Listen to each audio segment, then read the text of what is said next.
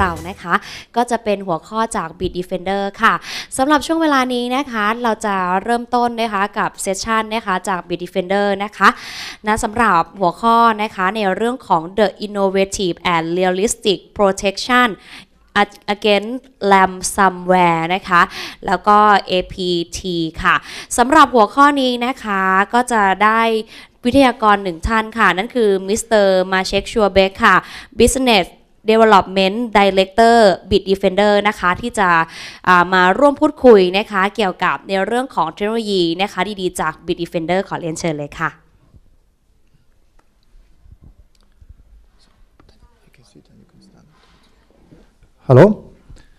Hello everybody, welcome. I'm very glad to be here in Bangkok again. It's not my first time. I came here already several times. Today I'm going to talk to you, as you know the subject, how to protect against the ransomware and how Bitdefender actually seriously approaches the subject and what we have there to offer to customers. Myself, I'm responsible for business operations of Bitdefender in Asia Pacific. So many countries, but that means also many people from the industry to talk to. Yes, and that gives us an interesting view. So a few words about Bitdefender to start with. เดี๋ยวถามก่อนครับต้องการ translation ไหมครับคือผมจะเป็นคนแปลให้ถ้าเกิดว่าทุกท่านบอกว่าต้องการให้แปลทุกๆสไลด์ผมก็จะพยายามแปลให้ทุกท่านเข้าใจแต่ถ้าเกิดว่าพอเข้าใจบ้างอยู่แล้วจะได้เน้นแค่จุดที่โฟกัสอย่างเดียวไม่แน่ใจเอาเป็นทุกสไลด์เลยแล้วกันนะครับก็เดี๋ยวให้เขาเริ่มเลยแล้วกันนะครับ so you can just Okay, so who is Bitdefender? And here what you can see, we mention 500 million users. Of course, Bitdefender as an organization are not users, but it's so important that I decided today to mention about this. ครับก็เริ่มแรกเลย Bitdefender คือใครครับเราเองก็คือเป็นเรื่องของบริษัทเทคโนโลยีนะครับ security เทคโนโลยีนะครับมีจริงๆแล้วเนี่ยมีผู้ใช้งานมากกว่า500ล้านคนทั่วโลกนะครับมีแบ่งเป็นผู้ใช้งานในหลายๆรูปแบบนะครับทั้งในกลุ่มของกลุ่มทางภาคธุรกิจแล้วก็กลุ่มของผู้ใช้งานตามบ้านนะครับ and it's not important in order to tell you that we are great and popular and so on, not for this. The number of users, which is the number of users used, how to say, Bitdefender has the largest number of users from all security vendors. Yes,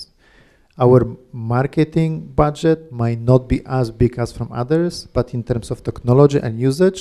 we are the big guy. Okay. Now, why this matters is because the more users a security company has, the more telemetry, that means the more data we can have in order to process.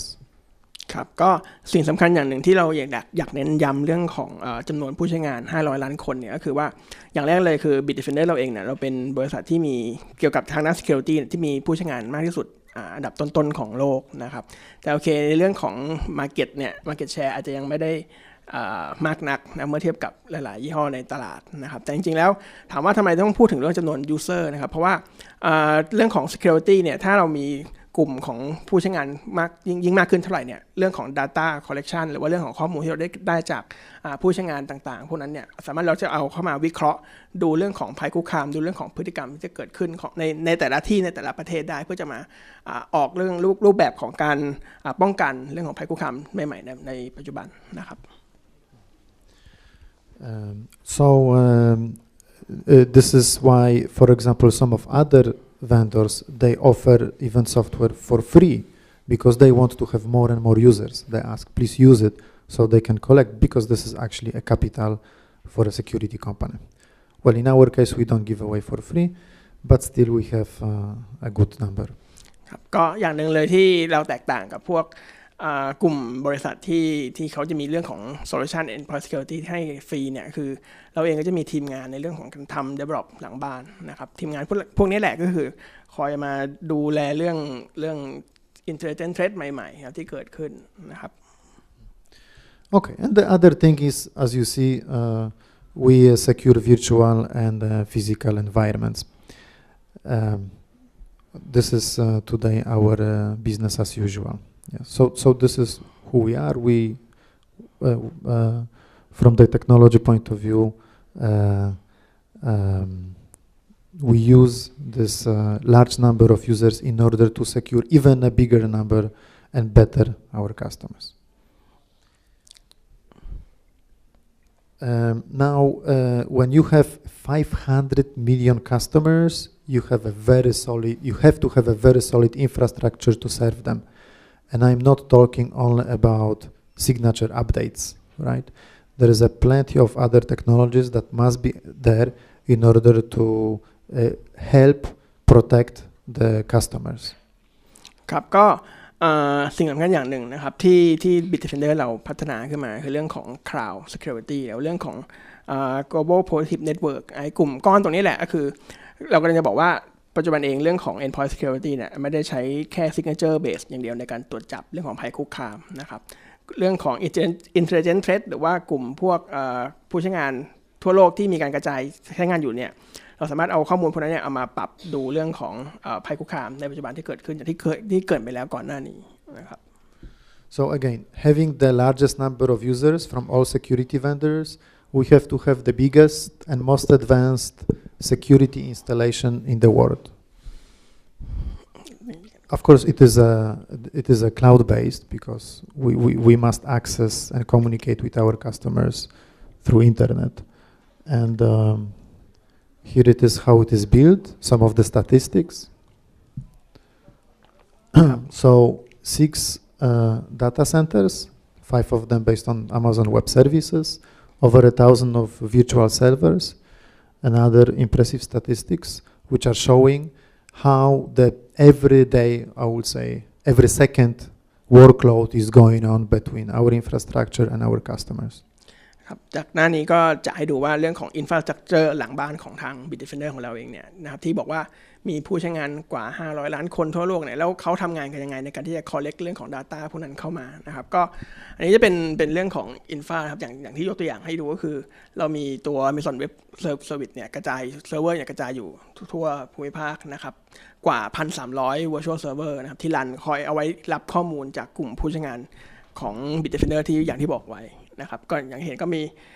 ทราฟฟิกวิ่งมากว่า90เทราไบต์ต่อเดือนนะครับถือว่าค่อนข้างเยอะเลยทีเดียว What is there? What is in this cloud? Yes, plenty of Bitdefender patented technologies, which are supporting again our customers with all these technologies in order to prevent and detect malware. Let me mention a few of them here. We have application reputation, file clustering, content filtering, memory introspection, sync-calling botnets, and so on, right? So there's a lot of technologies which, if we put them on your machines, in your infrastructure will be busy only with processing this data, but no production, right? So that's why this must be in the cloud. Partially, some of them are also, of course, locally. ครับก็อีกสิ่งหนึ่งที่สำคัญในเรื่องของตัว infra ที่เราโชว์ให้ดูเมื่อสักครู่เนี่ยนะครับคือจริงๆแล้วมันทำงานในรูปแบบของ cloud security นะครับซึ่งในตัวก้อน cloud security ของ Bitdefender ของเราเองเนี่ยมันก็มีประกอบด้วยหลายๆเทคโนโลยีที่อยู่ข้างในตัว cloud ตัวนี้ของเรานะครับซึ่งอย่างเมื่อกี้คุณมาเช็คบอกคือเราตัวอย่างคือจะมีเรื่องของ application reputation นะครับ file clustering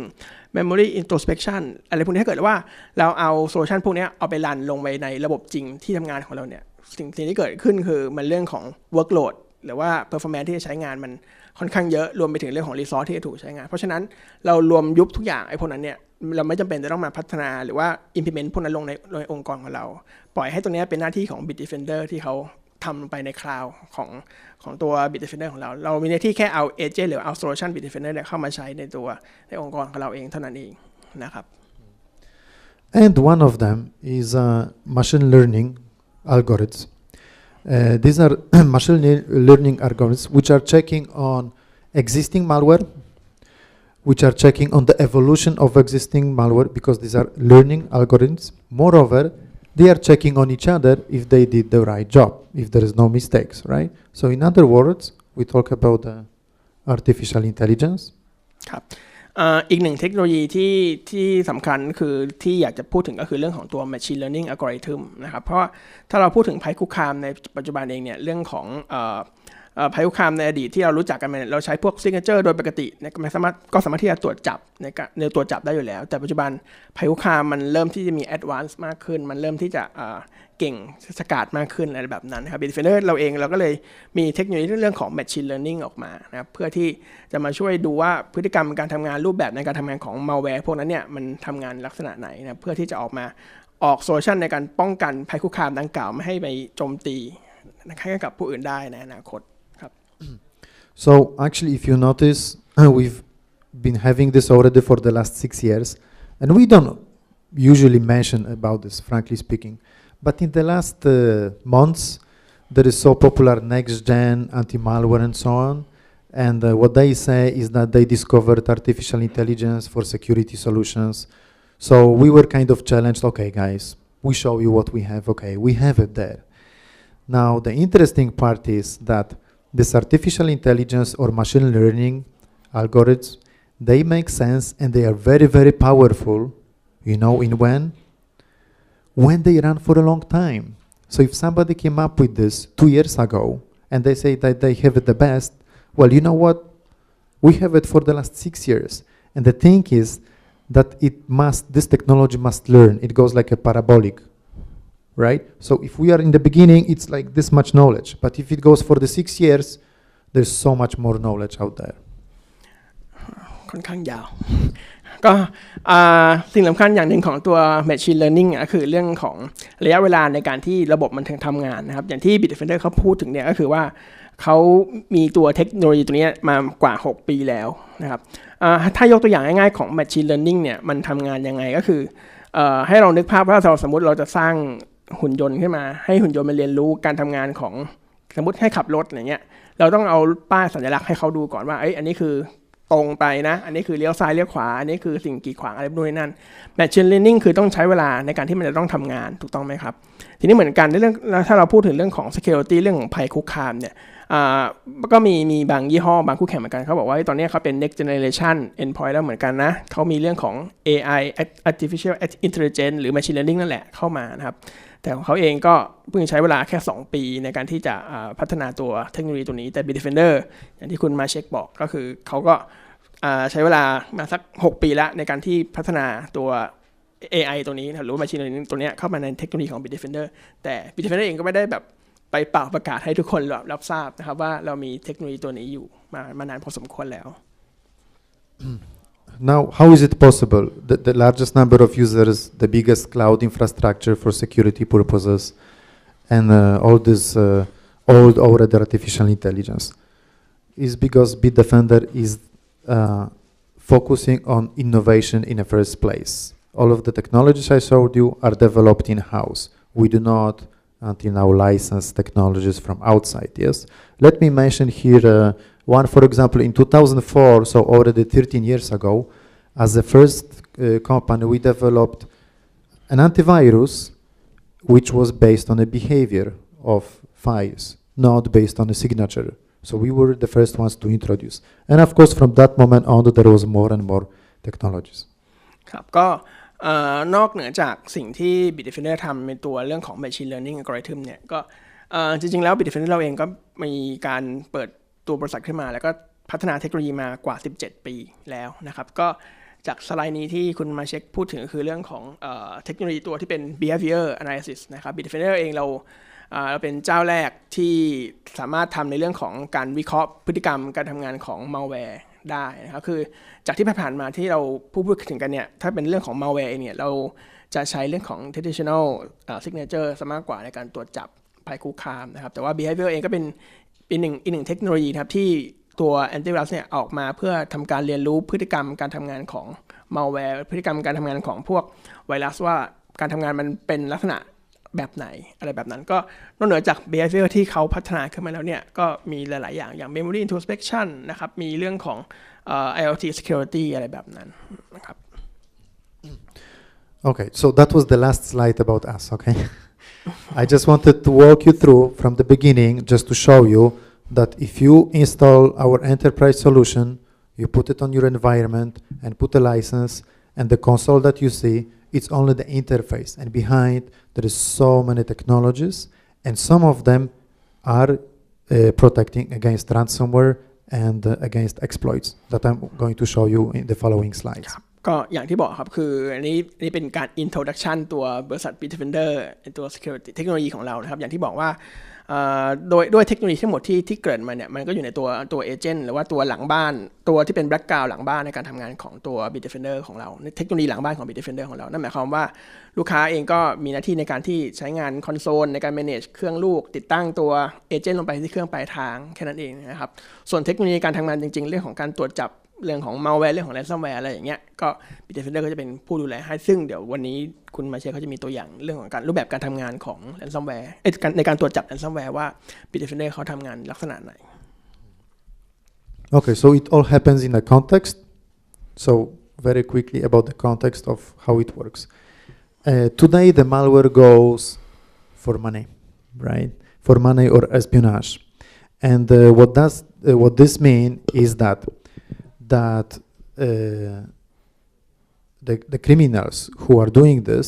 they are today not spreading global. This is the most significant. They are not spreading the malware as much as possible. But the most dangerous ones are the ones who are tailored for specific organizations, right? So here we can see a bank.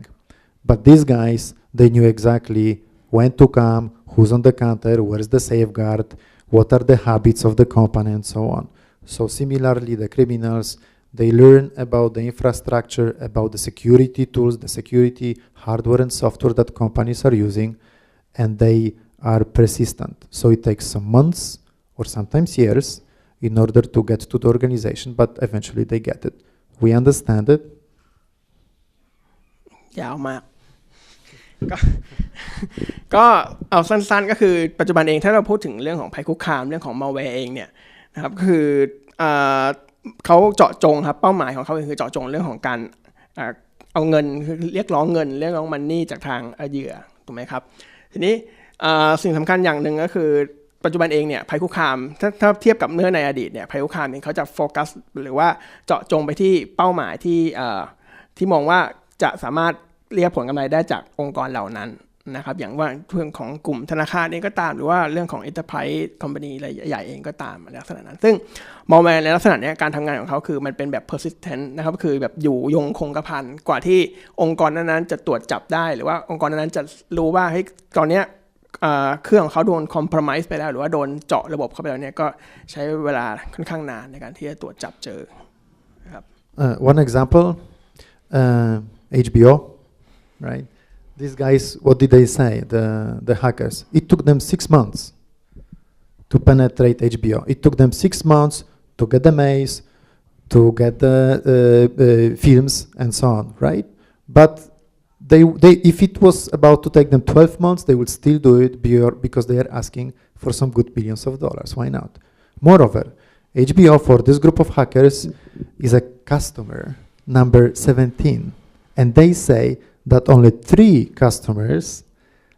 rejected to pay the money. All other 15 did. And of course, we don't hear who were these companies,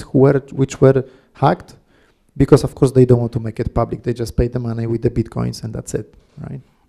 ก็ยกตัวอย่างนะครับอย่าง HBO ก็เป็นหนึ่งในบริษัทยักษ์ใหญ่ที่เราคุ้นหูกันดีอยู่แล้วเมื่อไม่นานมานี้ใครดูเกมออฟโทนมั้ยครับตอน6แสดงว่าเป็นสนับสนุนแฮกเกอร์นะครับ ก็เนี่ยครับก็คือเป็นหนึ่งในตัวอย่างของพวกกลุ่มที่โดนเจาะระบบเข้ามากว่าที่เขาจะรู้ตัวเนี่ยว่าโดนเจาะระบบเข้ามาก็ใช้เวลาค่อนข้างพอสมควรแล้วเหมือนกันนะครับจริงๆแล้วอย่างที่คุณมาเช็คเล่าให้ฟังก็คือมันจะมีอย่างลิสต์ของพวกองค์กรพวกนี้อย่าง HBO เขาเป็นอยู่ที่อันดับที่17ที่โดนเจาะระบบแล้วก็เป็นข่าวไปซึ่ง ที่ HBO เป็นข่าวเพราะว่าเขาไม่ยอมที่แบบเขาพยายามดึงดันไม่ยอมจะจ่ายตังค์ให้กับทางกลุ่มแฮกเกอร์อะไรแบบนั้นไปแต่ก็จะมีหลายๆบริษัทหลายๆองค์กรที่ไม่อยากเป็นข่าวเรื่องของความเสื่อมเสียในการโดนเจาะระบบเข้ามาได้ลักษณะนั้นเขาก็พยายามที่แบบจ่ายเงินไปให้มันเรื่องมันเงียบให้กับทางกลุ่มแฮกเกอร์ก็อย่างที่บอกครับว่าสิ่งสำคัญคือปัจจุบันเองพวกผู้ไม่ประสงค์ดีพวกนี้เขาต้องการที่จะเอาเรื่องของเงินจากทางเป้าหมายที่เขาพยายามที่จะเจาะระบบเข้าไป Okay, so when you are a thief, I don't mean you. When there's a thief and is entering a company, especially when it's interested about the data inside of the company, wants to remain undetected, right? So hence we know that on average there is 5 months. It takes 5 months to companies to find out that they were actually hacked, right? And what we know is that more than half of companies, especially enterprises, they need an external help. That means that they need somebody from outside of the company to monitor or to detect and tell them that, guys, you were hacked, right? อันนี้ก็เป็นรีเสิร์ชอันนึงที่น่าสนใจนะครับที่ Bitdefender ไปทำมาคือเรื่องของการที่ตัวองค์กรแต่ละองค์กรที่เขาจะทราบว่าองค์กรเขาเนี่ยโดนเจาะเข้าระบบไปแล้วเนี่ยโดยเฉลี่ยนะครับประมาณ5 เดือนนะครับก่อนที่ตัวเขาจะทราบว่าเฮ้ยตอนเนี้ยองค์กรเขาโดนเจาะระบบไปแล้วคือ5 เดือนที่แล้วเนี่ยโดนเจาะระบบมาตั้งแต่วันแรกจนผ่านมา5 เดือนเพิ่งจะรู้ว่าเฮ้ยตอนนี้โดนเจาะระบบไปเรียบร้อยแล้วข้อมูลของเขาโล่ไหลเอาไปหมดแล้วนะครับแล้วก็อีกสถิติหนึ่งก็คือเรื่องของจำนวนกว่า 50% ขององค์กรเหล่านั้นเนี่ยก็ต้องให้แบบผู้เชี่ยวชาญจากข้างนอกหรือว่าบุคคลภายนอกเข้ามาบอกว่าตอนนี้นะองค์กรของคุณโดนเจาะระบบเข้าไปแล้วนะเพราะว่าจะมีเรื่องของลิสต์อาจจะเป็นลิสต์ของแบบแปลนบางอย่างหรือว่าลิสต์ของสิ่งบางอย่างที่บริษัทนั้นเนี่ยเขาผลิตออกมาเนี่ยหลุดรั่วออกไปที่เป็น public ไปข้างนอกแล้วลักษณะนั้นนะครับก็ถือว่าเป็นสถิติหรือเป็นตัวเลขที่น่าสนใจเหมือนกัน Okay, so let's take an example of the exploit Eternal Blue and WannaCry. Okay, here you have a timeline. What was happening in the context of Bitdefender and these malwares. So in January this year, Bitdefender announced a new technology that we came up with is a hypervisor introspection. It works at the hypervisor level, not at the endpoint, not at the operating systems. And well, the technology was out there 2 years before, but we had to package it and launch it commercially. Afterwards, in March, Microsoft releases a patch saying, guys, you need to patch your systems, otherwise you might have problems, right? Now, 1 month later, the Eternal Blue as an exploit is made public, so everybody knows about it. So every person who's serious about security in your own company or for your customers, I think you already had time to prepare it. So 6 days later, Bitdefender shows that our technology can protect against this exploit, even in a case when you are not patched. How about that? Now, unfortunately, then WannaCry strikes in May. So it was so much time. But still, what we hear in the news, hundreds of thousands of people and computers infected, money paid, even Maersk, a large logistic company from Denmark. They had to pay the money. The operations were blocked. Just need to name the one, right? So Bitdefender had actually 2 independent different technologies that we could stop these exploits. One of them is the endpoint protection. We will show you exactly how it works in a moment. So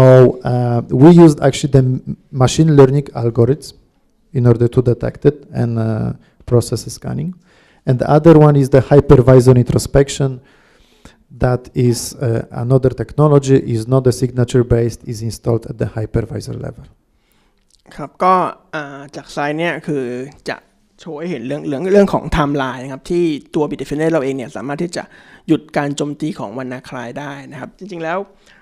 เมื่อต้นปีที่ผ่านมานะครับเดือนมกราคมเนี่ย Bitdefender มีการออกโซลูชันตัวหนึ่งที่ชื่อว่า Bitdefender HVI ขึ้นมาซึ่งโซลูชันตัวเนี้ย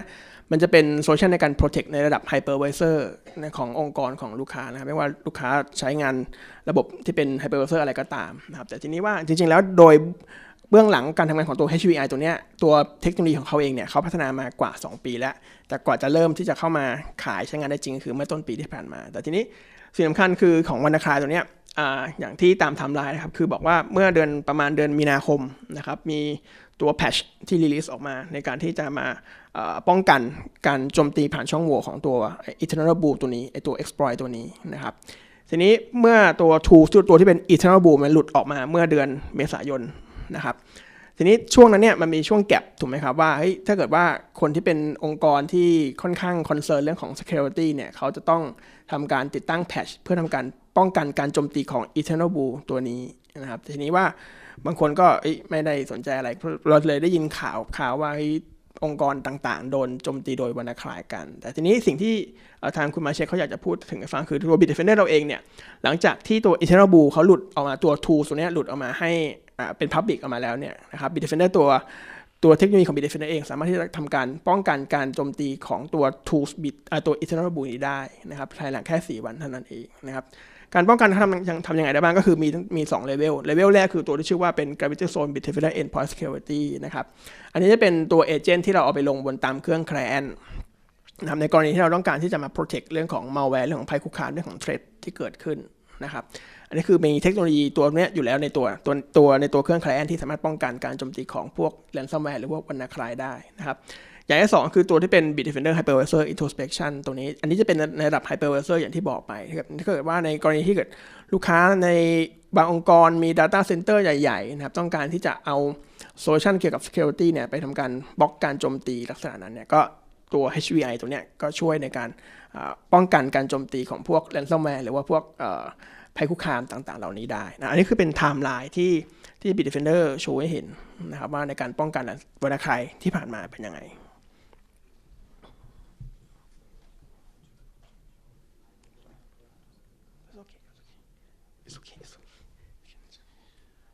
Okay, so here is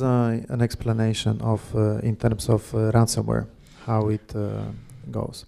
So once when ransomware reaches a machine, you can see that first of all it might be already known to Bitdefender. So it is known, it is blocked, and it's taken care of. Actually, the fact that it's known to Bitdefender, the probability is quite high because we have access to 500 million customers around the globe. So the probability that somebody else got it before you is quite high. And our global protective security infrastructure, the cloud-based, needs no more than 3 seconds in order to protect you against the malware which was detected, is it in Brazil, Russia, or China, no matter. That's the beauty of internet and cloud, that we can react so fast, right? Next, if the type of malware is not known, then what we have the ATC advanced threat control that analyzes the behavior and the processes of that specific executed file, right? So we see what it does. Does it write, rename, move, or copy files, right? So we look at the behavior. Does the process try to change the audio, video, or image, right? Or there is more heuristics out there, right? So in that case, we give a certain scoring to all these different behaviors and the characteristic of a process, right? Once it reaches a certain threshold, then it is blocked and the file is cleaned, right? I think Mr. Vutikrai can explain it. ครับก็อันนี้จะเป็นอินโฟกราฟิกอันหนึ่งที่หลักการทำงานของตัว Bitdefender นะครับในการป้องกันการโจมตีของ Ransomware ไม่จะเป็นว่าจะต้องเป็นวรรณครายนะครับคือRansomware เนี่ยเราอธิบายง่ายๆแบบนี้คือ Ransomware ที่เป็น known Ransomware คือ Ransomware ที่เป็นที่รู้จักนะครับที่เคยเกิดขึ้นมาแล้วในอดีตนะครับอย่างเช่นพวกมันจะมี Tesla Locky นู่นนี่นั่นอะไรแบบนั้นนะครับถ้าเกิดพวกนี้เราเข้ามาโจมตีปุ๊บอย่างแรกเลย Bitdefender ดูก่อนดูเรื่องของglobal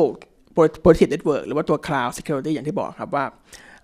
ถ้ามีผู้ใช้งานทั่วโลกเข้าไปดาวน์โหลดไฟล์ตัวเนี้ยซึ่งไฟล์ตัวเนี้ยมันกลายเป็น malware ตัวที่เป็น Locky มาก่อนในอดีต Bitdefender ที่อยู่ในเครื่อง client ของเราเนี่ยก็ทำการบล็อกการโจมตีตรงนั้นได้ทีนี้ถ้าโอเคอันนั้นคือเรื่องของ known ransomware อันนี้เป็นอธิบายค่อนข้างเข้าใจง่ายอยู่แล้วในการป้องกันการโจมตีนะครับแต่ทีนี้ว่าถ้าเป็น unknown ransomware ล่ะ Bitdefender เราป้องกันยังไงนะครับ unknown ransomware หรือว่า ransomware ลักษณะรูปแบบใหม่ๆอย่างวรรณครายหรือว่า หรือว่าในอนาคตจะมี don't wanna cry อะไรแบบนั้นเนี่ย Bitdefender เรามีตัว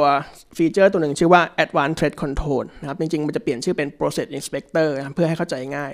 Process Inspector ตัวนี้คือเข้ามาดูการทำงานของ Process ในตัวเครื่องของเราครับว่าตอนนี้ไอ้ Process ตัวนี้มันทำงานยังไงตัวอย่างให้เห็นภาพง่ายๆอย่างสมมุติว่าถ้าเกิดเราเปิด Microsoft Word ขึ้นมานะครับถ้าเป็น Word เนี่ยมันจะมี Process ตัวนึงชื่อว่า winword.exe run ขึ้นมาเป็นการทำงานหลังบ้านถูกไหมครับถ้าเราปิด Word ปุ๊บโอเคตัว winword มันก็ต้องหายไปแต่ทีนี้ถ้าเกิดว่าเราโดน compromise มีการโดนเจาะระบบเข้ามาแล้วไอตัวแฮกไอตัว ransomware ตัวเนี้ยมันอาศัย winword ตัวเนี้ยในการทำงานในการที่จะเข้ารหัสไฟล์ของเครื่องเราเนี่ยพอเราปิด Word ไปปุ๊บไอ้ winword มันไม่หายทีนี้ Bitdefender ตัว process inspector ตัวเนี้ยเข้ามาทำงานแล้วเข้ามาตรวจสอบดูว่าเฮ้ยไอ้ winword ตัวเนี้ยมันทำงานยังไงอย่างเช่นมันจะวิ่งไปเซิร์ฟเวอร์หลังบ้านเพื่อไปดาวน์โหลดพวก encryptor tools ทั้งหลายแหล่เข้ามาในตัวเครื่อง Bitdefender เขาจะทำการไอตัว process inspector ตัวนี้ครับเขาจะมีเรื่องของ threshold หรือว่าเป็นสกอร์ในการ ranking ให้ว่าเฮ้ยอันนี้เอาไปก่อน1คะแนนเริ่มต้องสงสัยปรากฏว่าไอ้ tool ตัวเนี้ยวิ่งเข้ามาในเครื่องของเราเนี่ยมันพยายามจะวิ่งไปหาไฟล์ที่เป็นพวก audio บ้าง movie บ้างไฟล์เอกสารในตัวเครื่องลักษณะการทำงานแบบนี้ครับ Bitdefender มันก็จะทำการดูว่าเฮ้ยไฟล์ทำไมอยู่ encryptor ตัวนี้วิ่งไปหาไฟล์ที่มันเป็นไฟล์สำคัญที่อยู่ในเครื่องของ user มันก็จะดูการใส่สกอร์ใส่เป็น2อะไรแบบนั้นพอใส่ไป2เสร็จปุ๊บจริงๆแล้วในการปรับค่าการป้องกันransomwareของ Bitdefender เนี่ยมันจะมีเรื่องของ normal aggressive permissive อะไรพวกนี้ได้นะครับถ้าเกิดเราปรับเป็น aggressive เนี่ยแค่ขั้นตอนที่2ตัวนี้ครับมันก็บล็อกการทำงานได้ทันทีนะครับแต่โอเคอาจจะมาแลกกันด้วยเรื่องของperformance ของเครื่องที่อาจใช้งานมากขึ้นในการที่มันประมวลผลนะครับแต่โอเคถ้าเกิดเราปรับเป็น normal ถึงขั้นตอนสุดท้ายที่ ransomware พวกนี้มันจะพยายามเข้ารหัสไฟล์เนี่ย Bitdefender มันก็ทำการตัดเซสชันในการเข้ารหัสไฟล์ก่อนนะครับรวมไปถึงจริงๆแล้วเนี่ยมันจะมีเรื่องของ ransomware vaccine อีกฟีเจอร์หนึ่งที่เพิ่มเข้าไปให้กับตัวลูกค้าด้วยก็คือว่าเขาจะทำการถ้าเราเปิด enable ตัว ransomware vaccine ตัวนี้เอาไว้นะครับลูกค้าสามารถมันทำการหลอกตัว ransomware ตัวนี้ encryptor ตัวนี้ว่าไฟล์ทั้งไฟล์ที่อยู่ในเครื่องของเราเนี่ยมันโดนเข้ารหัสไปแล้วเพื่อที่บอกว่าเฮ้ยถ้าเกิดransomware คุณจะมาเข้ารหัสไฟล์ของเราซ้ำเนี่ยมันจะไม่ให้เข้ารหัสซ้ำมันจะทำการข้ามการเข้ารหัสไปอะไรแบบนั้นอันนี้คือรูปแบบในการทำงานจริงๆแล้วเนี่ยตัว ransomware vaccine นะครับเป็น tool ที่เราสามารถที่จะโหลดได้ฟรีจากหน้าเว็บ Bitdefender นะครับเข้าไปที่ labs.bitdefender.com นะครับจะเอาไปลงคู่กับใครยังไม่ใช้ Bitdefender เอาไปลงคู่กับโปรแกรม solution endpoint security ยี่ห้ออื่นก่อนก็ได้นะครับอะไรแบบนั้น labs.bitdefender.com นะครับลองเข้าไปลองดูนะครับอันนี้จะเป็นเรื่องของเทคโนโลยีในการเรื่องของการตรวจจับเรื่องของ ransomware ของ Bitdefender ของเรา Okay, thank you very much. Okay, so that was one point of view. Now something else. Here you see what we were now discussing about was the what happens at the endpoint as an endpoint protection, right? Now you know that the number of files and the number of malware and the mutations of malware and so on is so large that it's growing every day. We have more and more of this out there, right? So we have hundreds of millions of known and unknown malware, and this is why the job is so difficult to catch all of them, right? On the other hand, in order to get the malware into your system through a network connection, it's only a handful of different techniques of them, not more than that, right? So knowing that, of course, most of security companies know about it, but knowing this, we have developed a certain technique, a certain technology that can detect all of these techniques. If one of these techniques is being used, then we can find it. Now, why Bitdefender is the only in the world company who can use this technology? Because we have to be operating and monitoring the systems and the processes in the real time and not being installed on the operating system. Thanks to the virtualization, we can do it at the hypervisor level. So we have a technology that we communicate with the hypervisor, which is granting the resources to virtual machines, and we can we can scan inspect processes in the real time. Yes. So on the virtual environments, we have two different ways, independent ways, how we can detect this kind of malware ransomware included.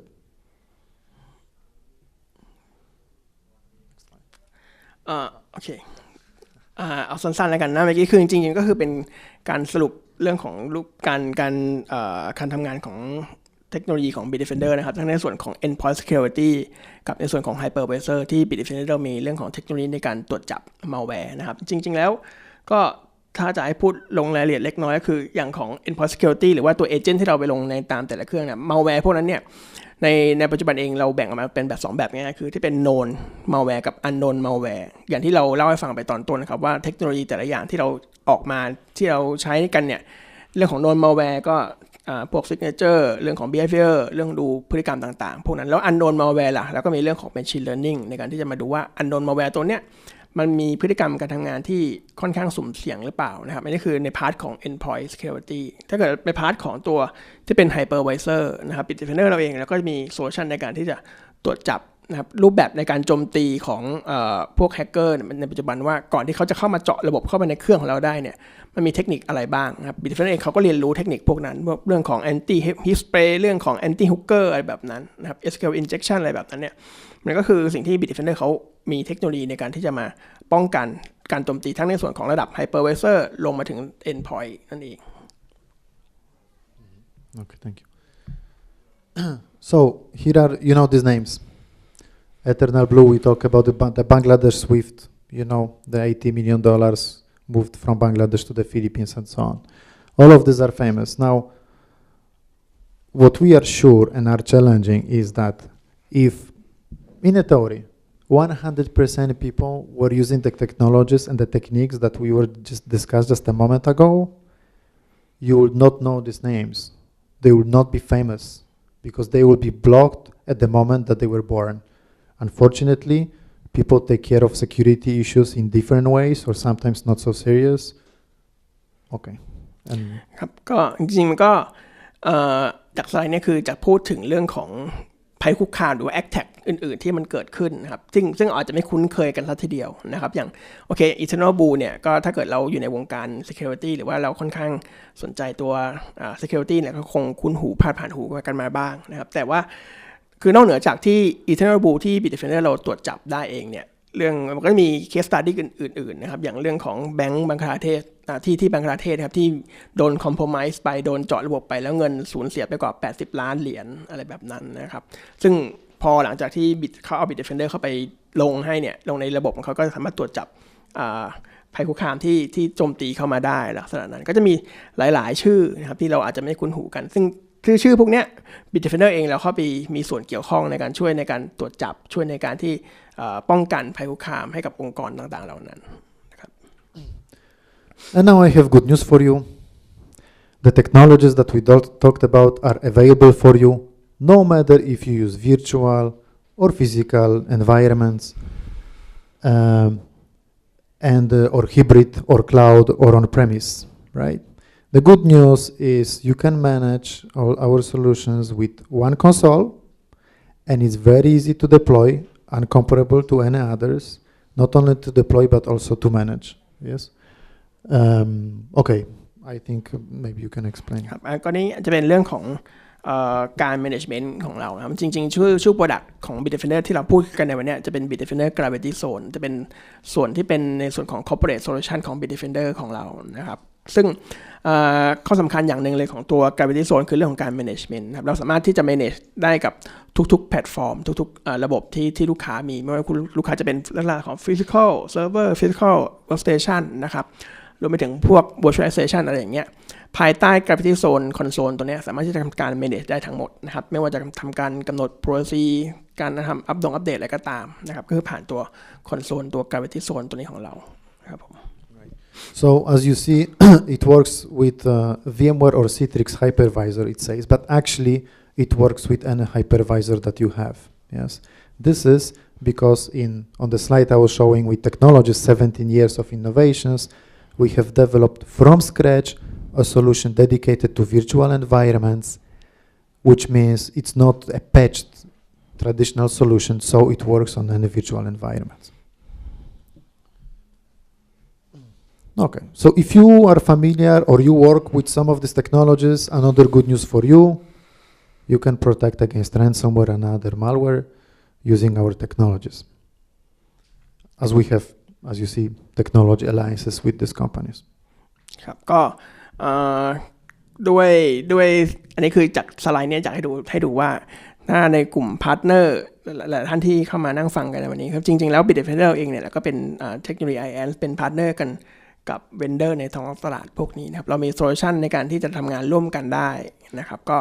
ถ้าเกิดใครสนใจอะไรอย่างเงี้ยเราสามารถเข้าไปเยี่ยมชมหรือไปคุยกันในรายละเอียดที่บูธได้นะครับ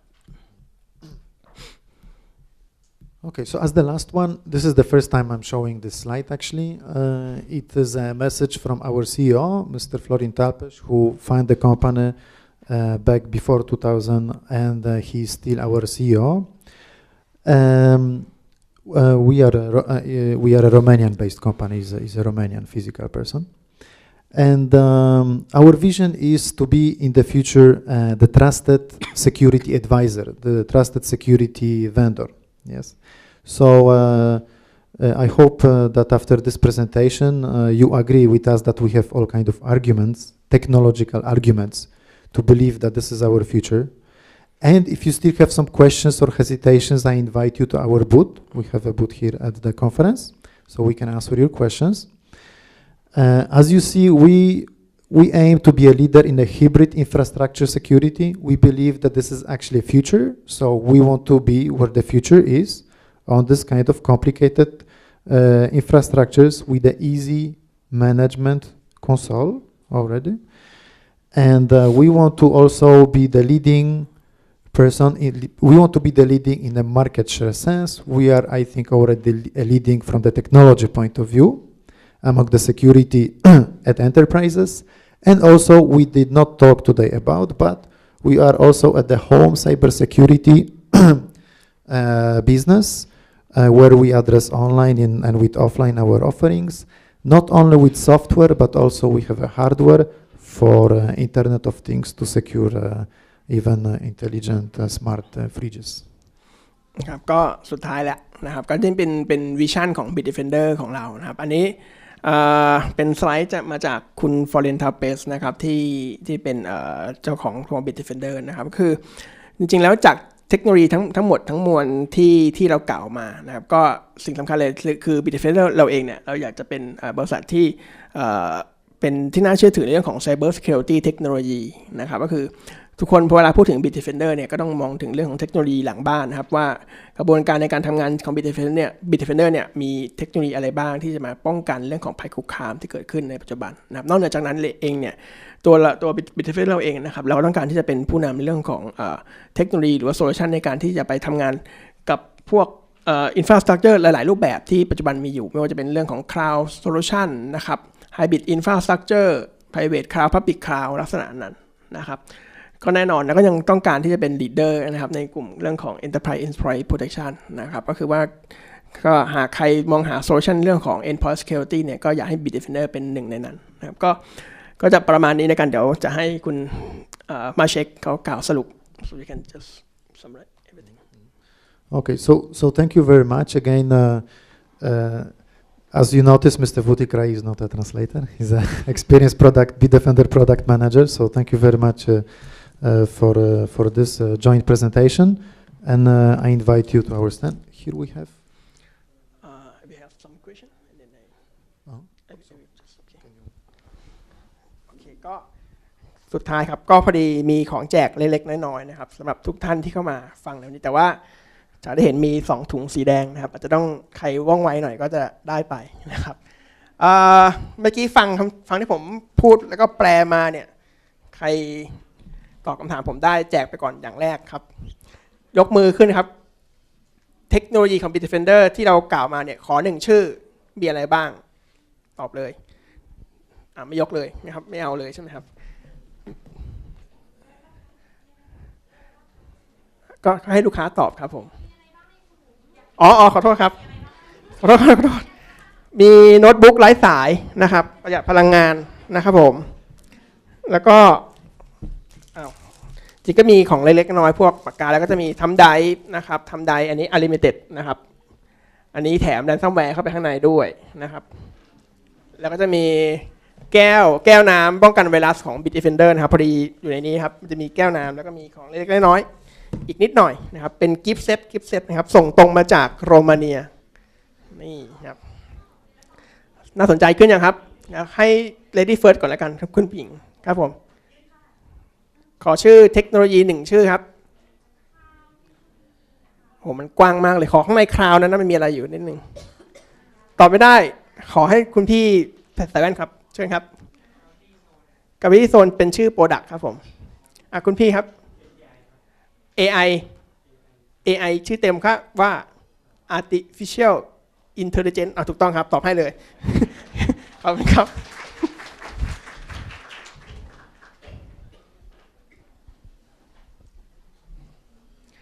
อีกคำถามหนึ่งเป็นคำถามคลาสสิกนะครับใครฟัง Bitdefender บ่อยๆจะตอบได้อย่าง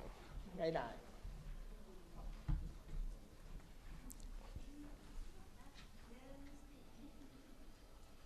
ขอบคุณครับอีกคำถามนึงครับง่ายๆสั้นๆครับมาเช็ค sorry